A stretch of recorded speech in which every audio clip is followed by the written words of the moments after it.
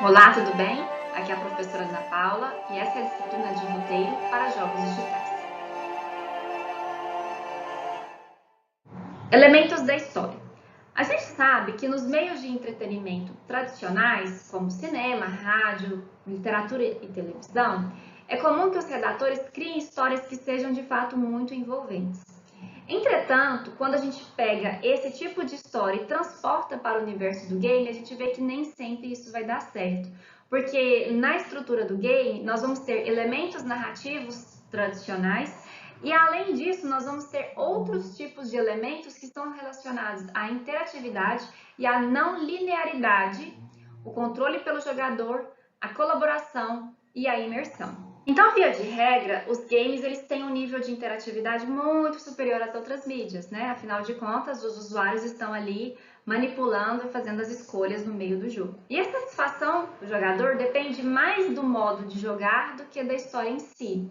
Afinal, se quiséssemos apenas ter uma boa história, conhecermos uma boa história, a gente iria buscar um livro, um filme, alguma coisa assim. Diferente da narrativa tradicional, em que o narrador conta uma história e a audiência ouve passivamente, num jogo, eles podem colaborar na narrativa e às vezes podem até ser os únicos narradores de um jogo, então vai ficar sempre sob a perspectiva daquele jogador. E aí, só para a gente exemplificar, imagina a situação num jogo em que o jogador encontra vários personagens.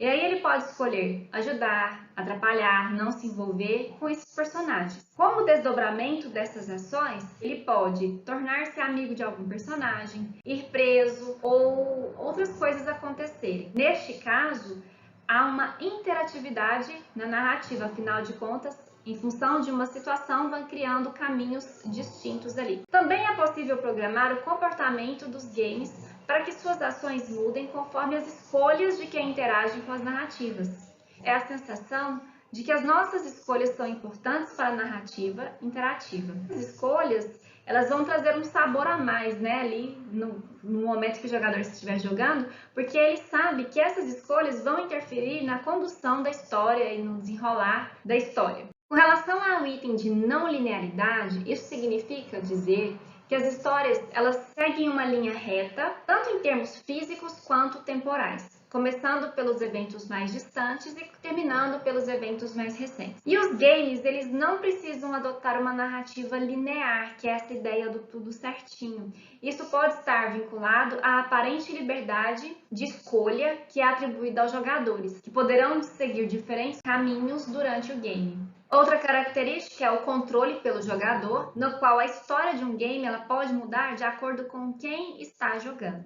Então, neste sentido, os jogadores eles podem ser como narradores dos games, o que não é possível se fosse no contexto ali de um filme ou de um livro. E como que poderia ser feito esse controle pelo jogador? Alguns exemplos que eu andei captando aí. A gente pode personalizar as personagens, então configurando ali roupas, acessórios, essas coisas, seguindo os próprios caminhos diferentes, que são diferentes rotas e vão desenrolar em novas histórias, novos enredos ali. E dependendo do jogo, né, no qual os jogadores podem construir o seu próprio mundo.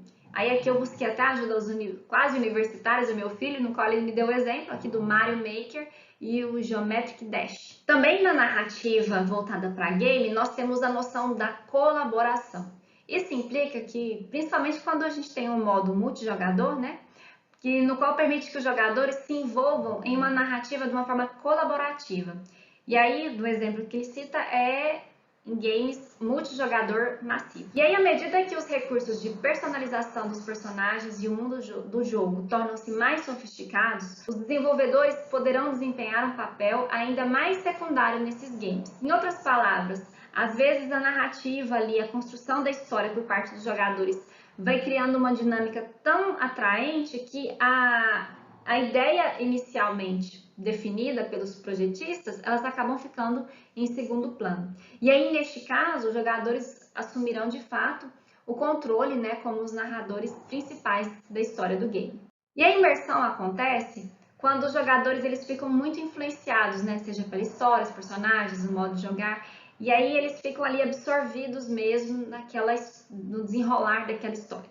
Entretanto, também buscando aqui na literatura, há relatos de que em jogos multijogador massivos, acabam, pelo fato de permitir essa comunicação paralela, né, entre os jogadores, acaba permitindo que os jogadores comecem a conversar outras coisas que fogem ao escopo do jogo. Quando isso acontece, acaba comprometendo a imersão dos jogadores. Efeitos cinematográficos. Este item vocês tinham mencionado bastante durante as aulas, era uma das coisas que vocês falaram que gostavam bastante. Em gerais, né, são as cenas de corte ou as cutscenes, e são aquelas sequências exibidas como se fossem filmes. Geralmente elas estão presentes no início ou no final do game. É um tipo de elemento emprestado da indústria cinematográfica e, portanto, trata-se de um elemento emprestado de uma mídia linear, ou seja, ela não tem essa mudança, essa manipulação feita pelo usuário. Então é a historinha que está ali contada e pronto. E elas foram criadas ainda lá na era dos fliperamas, né? Na forma de mini-filmes